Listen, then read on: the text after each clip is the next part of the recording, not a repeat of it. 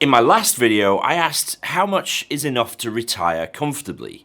But rather than try and give you a number, I showed you how to calculate your own number. Now the problem is that for many of us, that number might seem so big that we just kind of lose heart and give up even before we start, saying, I'll never get anywhere near that number, I'm struggling to save much as it is. Today I want to cover the three main factors that govern our progress towards that number, and will determine whether we make it or not. And the great news is that we can all harness these factors to retire well. Hi and welcome back to the channel. My name is Pete Matthew and I'm a chartered financial planner based here in the UK. And this video is brought to you by Meaningful Academy. More on that in a little bit. Right, let's dive straight into the three main factors that will enable us to retire comfortably and well. Let's picture our journey as a chart with value on the vertical and time on the horizontal axis, with our starting point somewhere near the bottom left. Now our target number, which is the amount that we need to retire, is going to be somewhere up and to the right. More money than we've got now, and some time in the future. Now our journey isn't going to be a straight line, of course, but we'll picture it like that for now, with our wealth building until we meet our target, hopefully in the timescale that we've set for ourselves. The three factors are inputs, the amount that we're able to put aside for our future, and how much we can increase that over time. Growth, how well the underlying investments do over time, and time itself, of course. How long have we given the other two factors to do their work? Now, if all three of these go to plan, we will hit our target when we expect to do so. But if any one of those factors is off in any way, we simply won't hit the target. So if our inputs are less than they need to be, we don't put enough money aside, then we will miss our target, even if everything else was right. If we assume a required rate of growth for our investments and we don't achieve it for whatever reason, then the result is the same. We miss our target. And finally, if we get our input rate right and we meet our growth rate targets, but we've set our time scale incorrectly, we're going to fall short of our target because we simply haven't allowed the other factors enough time to work. And so we need all three of our factors, inputs, growth rate, and timescale, to work together over years, decades even, to make all this work. Now that might seem like quite the juggling act actually, but let's look at each of the three factors in turn to see how we can maximize and optimize them to give them the best chance of working for us. So the first factor is the one we have most control over. It's the inputs, or the amounts that we can save and invest over time. Now obviously this requires that we spend less than we earn. That's why I say that underpins everything. It requires that we're in control of our spending and we are intentional about paying ourselves first and building for the future. Now, if your calculations show you that you need your inputs to be higher than they are now, we've got two options. We either spend less to squeeze more out of our budget, or we can earn more to give greater scope for saving. But there are other ways we can maximize our inputs. The obvious one is tax relief. This is the key benefit of paying into a pension. Money that you would have had to spend on income tax is instead redirected into your pension. It's HMRC rewarding you for taking control over your future. If you are a basic rate taxpayer, then you can turn £80 into a £100 input by paying it into a pension. If you're a higher rate taxpayer, you can turn £60 into £100. And that kind of uplift can do great things. See if you can salary sacrifice your pension payments at work, and ask if your employer will contribute their national insurance savings if you do. All of this just adds extra money into your pension, amplifying those inputs. If you're under 40, consider opening a lifetime ISA where you can add up to £4,000 a year and get a 25% bonus up to a total of £1,000 a year. You can pay in up to age 50, but you shouldn't take any money out until you're over age 60, or else you'll be penalised. Pensions are generally better than lifetime ISAs, so if you have a choice, I would opt for a pension every time, and especially if you're a higher rate taxpayer. But if you understand how both of them work, you can decide which is the better option for you. An option which is less often considered is venture capital trusts, and here you can get 30% tax relief. So if you contribute £10,000, you'll get £3,000 off your tax bill. So £7,000 essentially has been turned into £10,000. Tread carefully though, because these are higher risk investments and they might be difficult to realise back into cash that you can spend. So you need to know what you're getting into. And as I always say, don't neglect the power of small, regular increments into your pensions and investments. Every few months, try and increase your savings rate by 10 or 20 quid a month until it really starts to bite. Every pay rise or bonus that you get, make sure you enjoy some, but then invest some as well.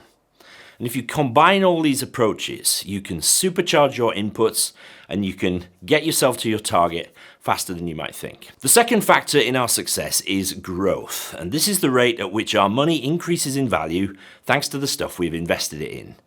Now, I believe that there are really only two asset classes that are proven to grow your money over time, and they are equities, that is shares in great companies, and property, shares and property, or what my friend Andy Hart would call businesses and bricks. Property has real advantages as an investment. You can borrow to buy it, and that leverages up your returns. It's also kind of tangible in a way that shares are not.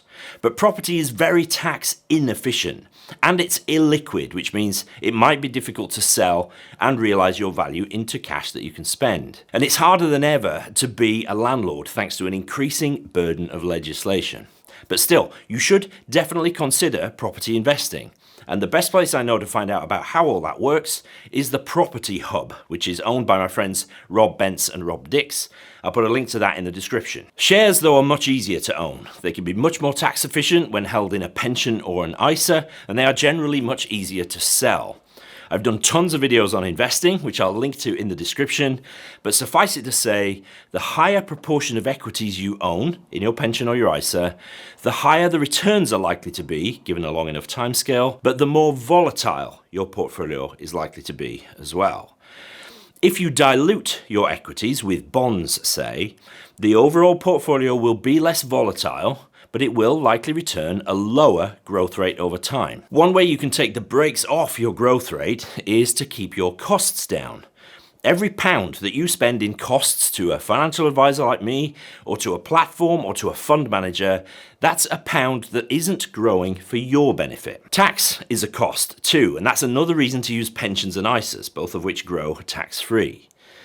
But with a high allocation to shares, and by keeping your costs and your tax to a minimum, you allow the magic of compounding to work for you. Your portfolio will produce an income, which you reinvest into buying more shares, and that's how the compounding works. Now, before we get into the last factor, which is time, I want to take just a little bit of your time to let you know that the best place to learn all this stuff in detail is Meaningful Academy, which is my site with courses on all aspects of financial planning. But given today's subject, I want to remind you of one key benefit of the paid courses in the Academy, and that is a year's included access to the powerful financial planning app that I use every day with clients, software called Voyant Go. Now, Voyant allows you to plan your financial future, but crucially, it allows you to model the stuff that I'm talking about today.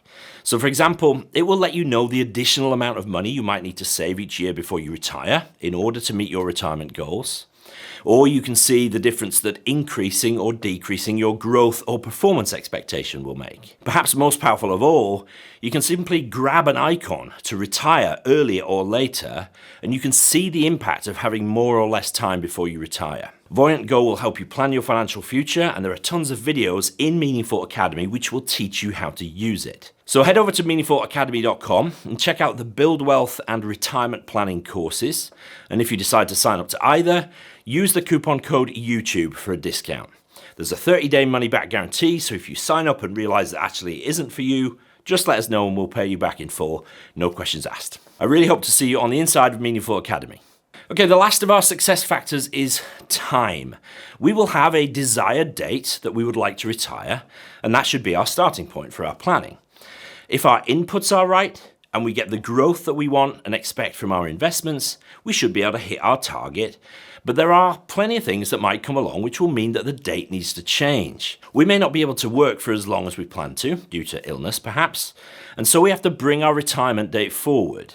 That will obviously impact what the outcome will be. Or maybe the other two factors, our inputs and our growth rate, haven't fallen into line, and as a result we need to push our retirement date back until we reach our number. Obviously you can't go back in time and start taking this stuff seriously like 5 or 10 years ago, but it might push you not to waste any more time and start taking this stuff seriously now.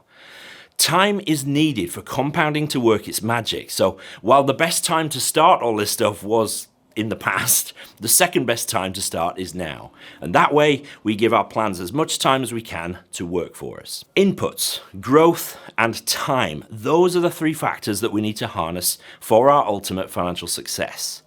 But there is one more key variable that we get to control, and that is the target itself. Our number that we calculated for a perfect retirement, that we talked about that last time, that's the target, and it is movable and changeable. We might have one target when we're 40, but as we go through life and maybe we hit age 60 and we're nearer now to retiring, then chances are the target will have changed. Really, the target is there so that we can build the rest of the factors around it. But we can change the targets if things are not just stacking up or if circumstances dictate. We can lower our expectations for our retirement lifestyle, which means we can save less or we don't have to take as much investment risk. We can reduce our timescale by bringing the target forward, or make our input easier by pushing the target date back. And if we're doing this right, we'll start and we'll set things up, get started on our journey towards the goal, but we will be tweaking our factors as we go along, while being prepared to move the target itself if necessary. Look, I got lots more on this to come, more videos in the coming weeks. Next time, specifically, I want to talk about longevity and financial success. So what are the chances that you will outlive your money? And if your money is likely to run out before you do, what can you do about that? So subscribe to the channel if you're not already, and give this video a like if it's been helpful or if it's made you think. Don't forget to check out Meaningful Academy for access to the amazing Voyant Go app. And before the next video comes out, maybe watch the last one over here. That's about how much is enough to retire comfortably, setting the target. And thanks so much for watching. Really appreciate your time. I will see you in the next video.